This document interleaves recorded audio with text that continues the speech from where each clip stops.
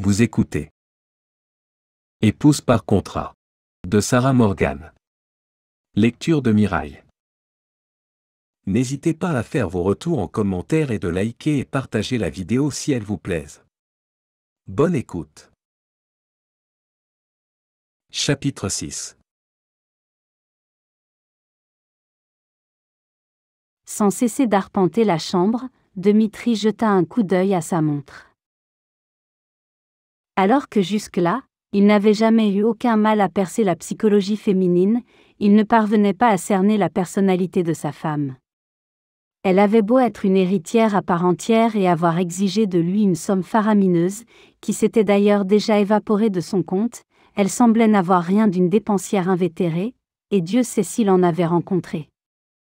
Même si, dès sa naissance, elle avait mené une existence privilégiée, il l'avait trouvée en train de se préparer à manger dans la cuisine, vêtue d'un vieux jean, dans lequel aucune de ses connaissances n'aurait accepté de se montrer, même devant les domestiques. Décidément, quelque chose clochait. En épousant Alésia Philippot, il s'était imaginé une femme riche, gâtée, superficielle et ennuyeuse, dont les seuls atouts étaient un joli visage et un corps adorable qu'elle exposerait sans rechigner. Mais il avait eu la surprise de découvrir un caractère bien plus original et complexe qu'il ne l'avait cru. Cela faisait maintenant 1 heure qu'elle était dans cette salle de bain, et il se demandait ce qu'elle pouvait bien y faire. Il était décidé à entrer de force, quand la porte s'ouvrit enfin et qu'Alésia parut sur le seuil. En dépit de son expérience, il eut le plus grand mal à garder son sang-froid et à dissimuler son trouble. Quoi qu'elle ait pu faire dans la salle de bain, le résultat était spectaculaire. Elle était tout simplement splendide. Une véritable reine de beauté. Un soupçon de rose relevait son teint pâle et parfait, mettant en valeur la forme de son visage. Ses incroyables yeux violets semblaient plus grands que jamais et une touche de rouge accentuait encore la courbe sensuelle de ses lèvres. Comme le regard de Dmitri descendait le long de son corps, il eut du mal à dissimuler son émerveillement. Jamais il n'aurait cru qu'elle puisse avoir autant d'allure dans la tenue qu'il avait choisie. Moulée dans cette jupe qui dévoilait son ventre adorable, elle incarnait à la fois l'innocence et la féminité la plus sensuelle, alors qu'il s'attendait à la trouver plutôt vulgaire. En découvrant le décolleté qui masquait à peine ses seins hauts et ronds, il dut même batailler un court instant pour garder le contrôle de ses sens. Heureusement qu'il avait à sa disposition une équipe de garde du corps, sinon il aurait eu bien du mal à la protéger seule de tous les hommes, qui allaient immanquablement tenter de l'approcher. Il serra les dents, surpris de se sentir si possessif à l'égard d'une femme pour laquelle il n'éprouvait pas le moindre sentiment. Inutile de me regarder de cette façon, lança-t-elle. C'est toi qui as insisté pour que je m'habille ainsi. Je dois d'ailleurs t'avertir que je n'ai pas l'habitude de marcher avec des talons aussi hauts. Si tu ne veux pas que je me casse une cheville, il va falloir que tu me donnes le bras.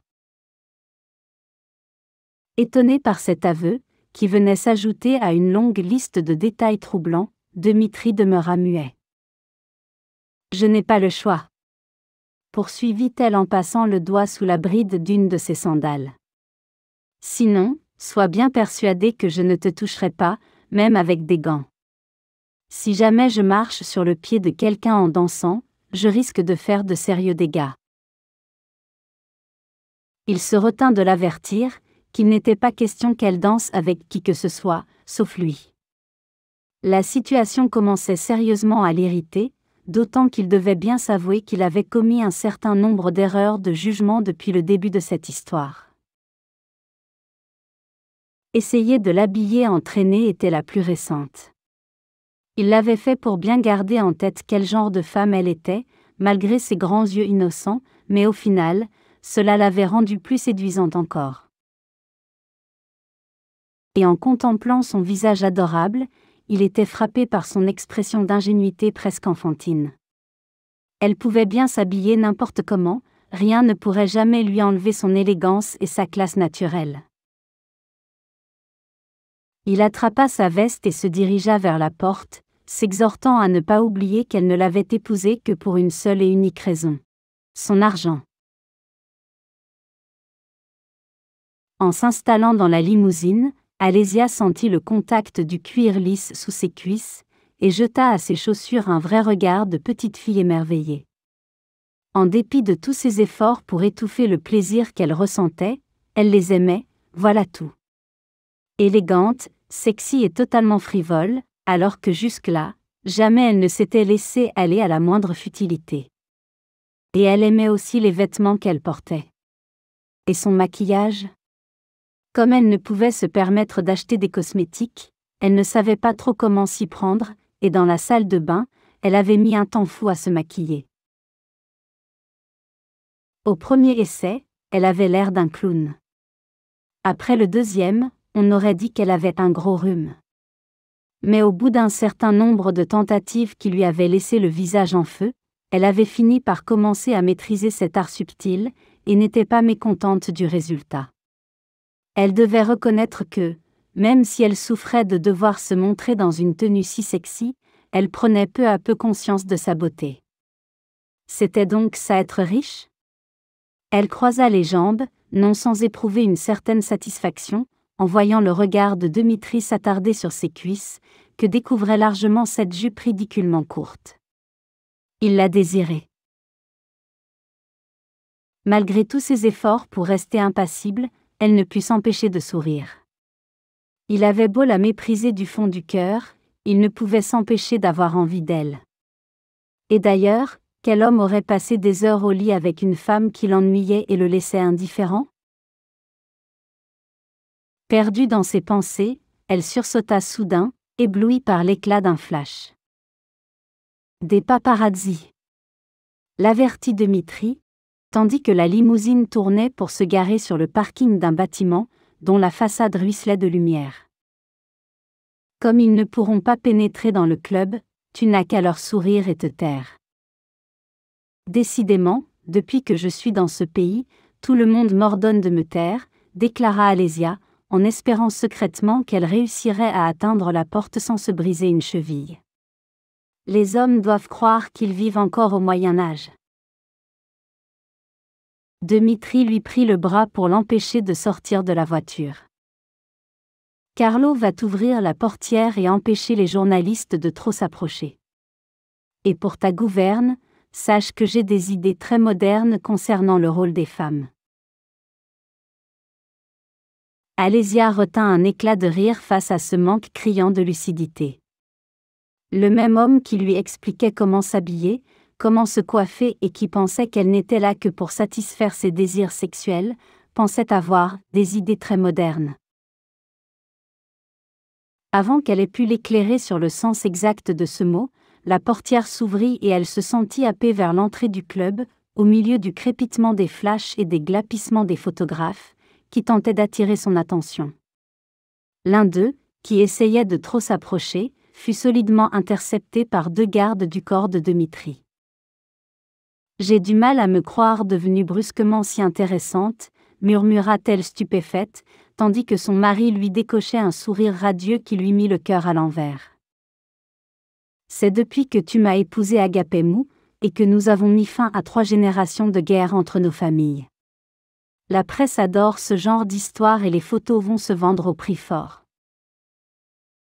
Pourquoi ? Malgré ses vêtements de créateur, elle se sentait une femme comme les autres. Dis-moi, s'enquit Dmitri tandis que les 2 portiers se pliaient en 2 devant eux. Comment ton grand-père s'y est-il pris pour te cacher aux médias durant toutes ces années ? Eh bien, je menais une vie très retirée.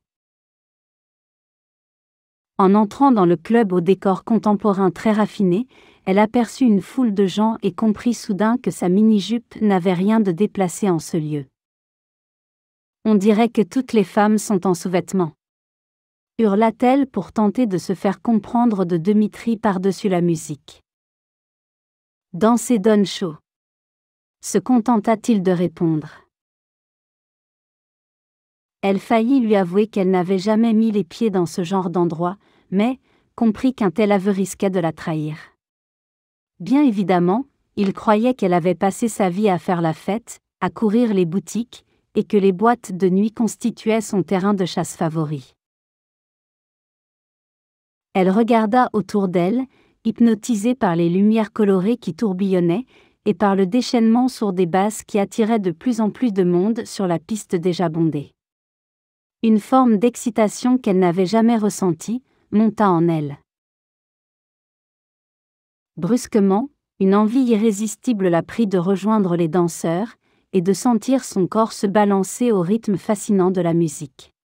« J'aimerais danser !» chuchota-t-elle en se tournant vers Dmitri, les yeux brillants, les lèvres entr'ouvertes. Avec ses chaussures, demanda-t-il en la fixant à travers ses longs cils noirs, d'un air moqueur. Peu lui importait, du moment qu'elle pouvait bouger. Je vais commencer avec, et puis, je verrai bien, dit-elle, intriguée par l'intérêt évident qu'elle suscitait aux tables voisines. Ces gens ne vont jamais arrêter de me regarder ? Tu es la petite fille de l'un des hommes les plus riches du monde. Tu dois être habituée autant que moi. Les gens ne peuvent pas s'en empêcher, tu le sais bien. Avec un air à la fois blasé et hautain, qui renvoyait à ceux qui les dévisageaient une bonne dose de mépris, il lui prit la main pour la conduire sur la piste. Là, sans la lâcher, il commença à bouger en cadence. Envoûtée par le rythme hypnotique de la batterie, Alésia ferma les yeux et découvrit pour la première fois de sa vie qu'elle aimait danser. Sentir sa chevelure se balancer d'un côté à l'autre, la courbe sinueuse que décrivait son corps, quand elle remuait les hanches et les bras, se laisser aller en rythme, sans plus penser à rien. En fait, elle adorait danser. Envoûtée par la résonance obsédante des percussions, elle en oubliait même la foule compacte qui l'entourait. Comme le tempo devenait plus lent, Dmitri l'attira à lui d'un geste possessif, qui aurait dû lui déplaire, mais qui, sans qu'elle en comprît clairement la raison, la ravit. Il était de loin le plus bel homme de la soirée. Avec son épaisse chevelure sombre et sa peau hâlée, il avait bien l'air du milliardaire qu'il était, éblouissant, sûr de lui, et de sa réussite dans tout ce qu'il entreprenait. Un homme pour qui le mot échec n'avait aucun sens. Et comme tout en lui respirait l'argent, le pouvoir et l'autorité, il attirait les regards féminins comme la lumière les papillons. Mais Alésia était prête à parier que cela n'aurait rien changé s'il n'avait pas été riche et célèbre. Même dans l'anonymat d'une foule, on ne pouvait s'empêcher de remarquer Dmitri Fioruki. Mais cette nuit, c'est avec elle qu'il dansait, songe-t-elle, heureuse comme une gamine d'intercepter les regards envieux qui convergeaient dans sa direction. Ils dansèrent tant qu'elle finit par avoir mal aux pieds. Son cavalier dut le sentir car il lui proposa de faire une pause pour aller boire un verre. Elle accepta de bon cœur. Au moment où il quittait la piste, elle lui passa les bras autour du cou et se serra contre lui, en proie à une impulsion subite. « Merci Dmitri », murmura-t-elle en riant. « J'ai passé un moment merveilleux. » Il fixa d'un regard stupéfait les yeux brillants et les joues rougies de la jeune femme. « À t'entendre, on pourrait croire que tu n'étais jamais allé danser. »« C'est vrai ? Enfin, jamais dans un endroit de ce genre, se hâta-t-elle de corriger, consciente d'en avoir trop dit. Comme il l'observait d'un air étrange, elle le gratifia d'une petite moue souriante, encore essoufflée et excitée par la danse. Naturellement, il aurait mieux valu qu'elle feigne l'ennui et l'indifférence, mais elle en était incapable. En fait, elle aurait voulu que cette nuit ne se termine jamais. « Tu me regardes parce que je suis toute rouge, n'est-ce pas ?» s'enquit-elle en tentant de reprendre son souffle. « Non. Je te regarde parce que jusqu'ici, je ne t'avais encore jamais vu sourire. » « C'est parce que je m'amuse, » dit-elle en jetant un œil plein de regret en direction de la piste. « Tu ne crois pas qu'on pourrait ? » ?»« Pas question. » dit-il, en la prenant par la main pour la conduire vers une table libre toute proche des danseurs. « Je meurs littéralement de soif. » Alésia ne fut tout de même pas mécontente de s'asseoir et de desserrer discrètement l'étreinte de ses chaussures sur ses pieds meurtris. Elle se demanda fugitivement pourquoi cette table était restée vacante alors que le club était bondé, mais avec Dmitri Fioruki, plus rien ne l'étonnait. Elle se sentait à la fois fatiguée et ridiculement heureuse. Elle s'était toujours répété qu'elle n'était pas comme les autres filles qui aimaient faire la fête, s'habiller et perdre du temps en activités futiles de ce genre. Elle comprenait aujourd'hui qu'elle n'avait jamais eu l'occasion de savoir seulement ce que c'était. Pour la première fois de sa vie, elle s'autorisait à se faire plaisir. Et portant à ses lèvres une coupe de champagne délicieusement fraîche, elle dut bien s'avouer qu'elle adorait ça. Elle commençait à avoir très envie de retourner sur la piste, quand la foule qui se pressait autour de leur table s'ouvrit devant une femme immense et très mince, vêtue d'une jupe noire indécemment taille basse, qui se dirigeait vers leur table avec un sourire prédateur. « Dmitri, tu es donc venu. »« Ariane » s'exclama-t-il, en se levant pour l'embrasser sur les 2 joues. « Cet endroit est magnifique. Tu t'es surpassé une fois de plus. On n'arrête pas de refuser du monde à l'entrée. » dit-elle en refermant sur le bras de Dmitri ses longs doigts aux ongles pourpres. « Je suis ravie que tu sois là. Tu as vu ? Je t'avais réservé la meilleure table. »« Merci. » dit-il, en jetant un regard appuyé sur ses lèvres écarlates. « J'ai tellement besoin de toi, » déclara-t-elle en s'asseyant sur le siège vacant, sans jeter le moindre regard à Alésia. « Nous avons encore quelques problèmes, et je voudrais que tu uses de ton influence, et me fasses profiter de ton sens des affaires. » Elle baissa la voix, et se penchant vers lui, posa la main sur sa nuque, pour l'attirer à elle avant de lui parler à l'oreille. L'intrusion déjà grossière devint carrément insultante. Alésia sentit qu'une colère sourde remplaçait la joie qu'elle éprouvait jusqu'alors. Il était évident que son mari entretenait avec cette femme une relation beaucoup plus qu'amicale. Était-elle une de ses maîtresses actuelles ? L'avait-elle été dans le passé ? La pensée qu'il ait pu partager avec d'autres les plaisirs qu'ils avaient goûtés ensemble, décuplait sa fureur. Comble d'humiliation, cette femme ne lui avait pas même jeté un regard, comme si elle n'existait pas, pire, comme si elle était transparente. S'emparant du verre posé devant elle, elle en but quelques longues gorgées.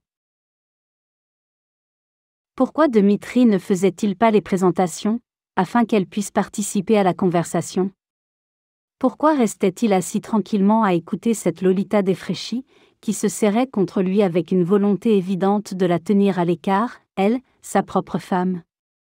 Alésia voyait bien que les regards avaient changé autour d'eux, plus curieux, comme dans l'attente d'un événement, tandis que quelques sourires narquois se faisaient jour sur les lèvres. Alors qu'il était censé être en pleine lune de miel, il était évident que Dmitri avait complètement oublié l'existence de son épouse. La jeune femme reposa son verre vide sur la table. Pourquoi rester assise là, délaissée, sous les regards moqueurs ?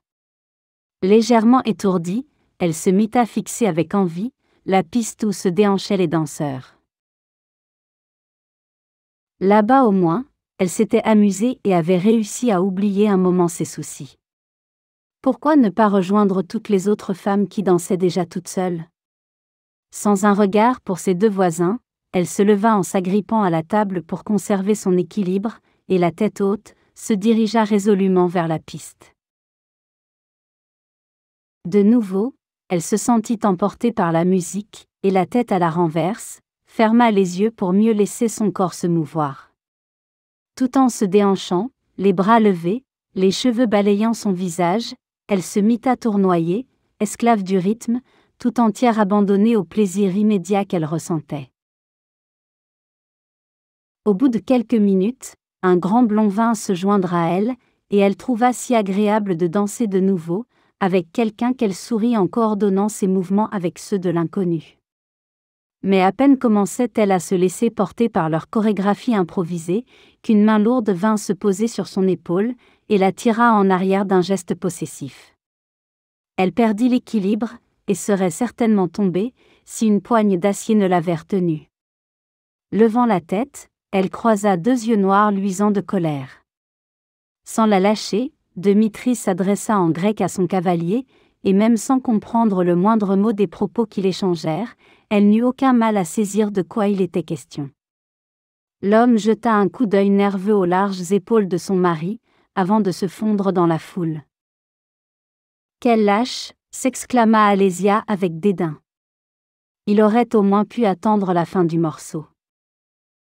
Il n'était pas si stupide qu'il en avait l'air, déclara Dmitri en lui jetant un regard courroucé. Ce qui n'a pas l'air d'être ton cas. Nous sommes dans un lieu public, où tu n'as pas à t'offrir un spectacle. Si tu as envie de danser, danse avec moi. Tu avais l'air bien trop occupé, répliqua-t-elle en tentant de se dégager. Tu n'avais qu'à attendre un peu.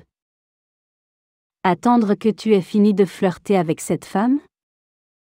Cette femme est la propriétaire du club.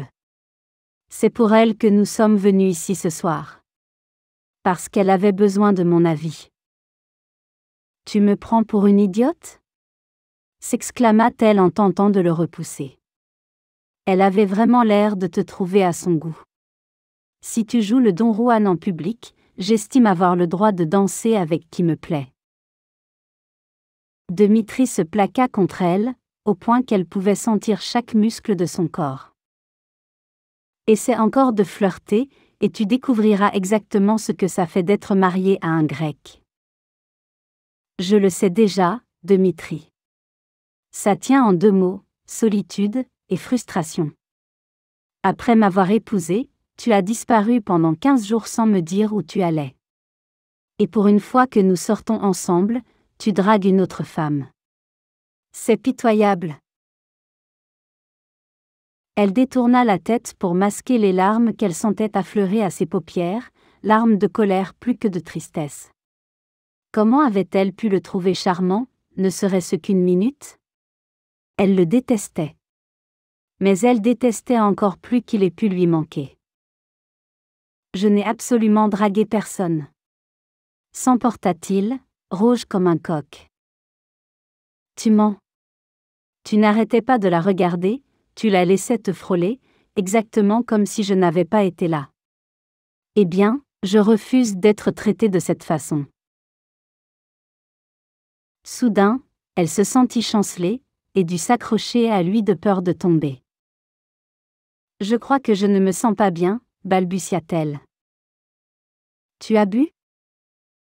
Je ne bois jamais, répondit-elle tout en se demandant pourquoi la tête lui tournait. Quelques gouttes de champagne, c'est tout.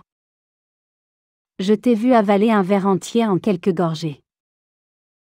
Je n'ai bu que la citronnade que tu m'as apportée, répondit-elle, en priant intérieurement le ciel pour que la pièce cesse un instant de tourner. Ce n'était pas de la citronnade, mais de la vodka avec un soupçon de jus de citron. Décidément, on ne peut pas te laisser seule 5 minutes. On croirait une gamine à sa première surprise partie. Tu es odieux, murmura-t-elle. C'est exactement comme au lit quand tu m'abandonnes sans même un mot gentil. Je ne te comprends pas, et je suis épuisée de jouer à faire semblant. Répète-moi ça s'il te plaît, dit Dmitri dont le corps s'était soudain figé. Quelque chose dans sa voix alarma Alésia, mais elle était soudain trop lasse pour y prendre garde. Quand nous sommes au lit, jamais tu ne me dis rien de gentil. Non, pas ça, ta dernière phrase, tu trouves épuisant de jouer à faire semblant ? Oui. Ça me fatigue de jouer l'héritière sans cervelle. Sache que jusqu'à aujourd'hui, jamais je n'avais porté une robe haute couture, ni pris le temps de faire la fête. En plus, tu me traites comme une traînée, alors que jamais. Elle s'interrompit brusquement. Malgré les effets de l'alcool, elle venait de comprendre qu'elle avait vendu la mèche. Alors que jamais ? Répéta-t-il en levant un sourcil interrogateur. Alésia soupira. Il lui était impossible de revenir en arrière. Elle n'avait plus qu'une envie, se coucher n'importe où et dormir. Je ne suis pas une traînée, souffla-t-elle. même avec ses vêtements sur le dos. D'ailleurs, ses chaussures me font mal. Elle sentit ses jambes se dérober sous elle, mais il l'avait déjà prise dans ses bras. Elle se sentait si bien qu'elle se nicha contre son épaule avec un soupir d'aise. « Tu sens si bon !» chuchota-t-elle d'une voix attendrie. « Mais ne crois pas que je vais retourner dans ton lit. Ou alors, il faudra me dire quelque chose de vraiment gentil. Je me sens tellement pitoyable avec toi. » Sans répondre, il fendit la foule à grande enjambée, se frayant un chemin jusqu'à la sortie. De là, il gagna rapidement la limousine avant de la déposer à côté de lui sur le siège arrière. Puis il appuya sur un bouton et se pencha pour donner ses instructions en grec au chauffeur, avant de se redresser sur son siège, l'air exaspéré. Alésia se pelotonna contre le dossier comme une gamine, tout en luttant contre la nausée qui la gagnait. « Jamais je ne retournerai danser », murmura-t-elle en fermant les yeux pour tenter d'échapper au vertige. « J'ai l'impression d'être sur un manège, qui tourne à toute allure. » « C'est l'effet de l'alcool, pas de la danse, » déclara-t-il, visiblement agacé. « Je n'arrive pas à croire qu'à ton âge, tu n'aies aucune expérience de l'alcool. J'ai beau avoir 22 ans, il y a une quantité de choses que je ne connais pas, » avoua-t-elle d'une voix endormie. En 2 semaines, j'ai fait un certain nombre d'expériences, certaines agréables, d'autres moins. Mais la pire de toutes, et de loin, c'est que tu... Oui, je sais, je ne t'ai jamais rien dit de gentil au lit. Compléta-t-il, d'un ton excédé. J'ai reçu le message. Elle releva légèrement la tête pour mieux l'observer. Il n'était pas grec pour rien, il était vraiment beau comme un dieu. Pas du tout. La pire, c'est de t'avoir vu flirter avec une autre juste sous mon nez, répliqua-t-elle. Mais j'aime bien les vêtements et les chaussures. Et j'adore danser. J'espère qu'on va y retourner. Demain par exemple. Demain, dit-il en la fixant d'un regard pénétrant. Figure-toi que j'ai de tout autres projets te concernant. Elle poussa un petit grognement. Pour le moment, elle n'avait plus qu'une idée en tête, dormir. Je suppose que tu vas disparaître de nouveau dès l'aube, comme à ton habitude ? S'enquit-elle en fermant les yeux. N'y compte pas, dit-il en la rattrapant au moment où elle glissait sur le siège.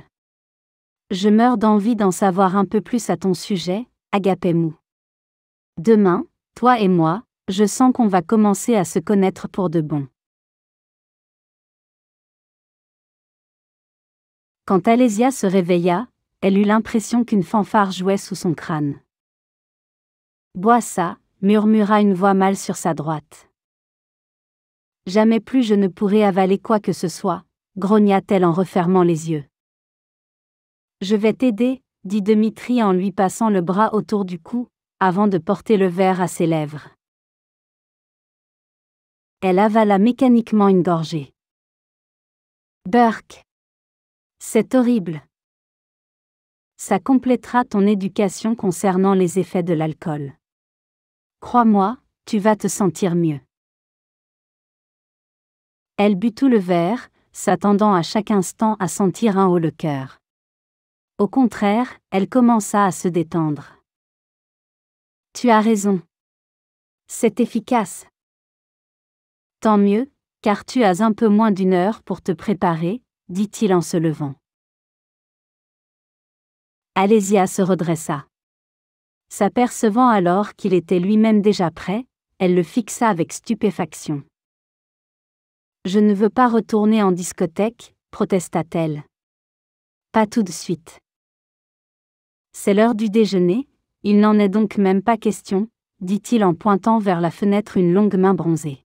« Les boîtes n'ouvrent en général pas avant minuit. Mais comme tu n'y avais jamais mis les pieds jusqu'à hier, tu ne peux pas le savoir, n'est-ce pas ? Merci de nous avoir écoutés.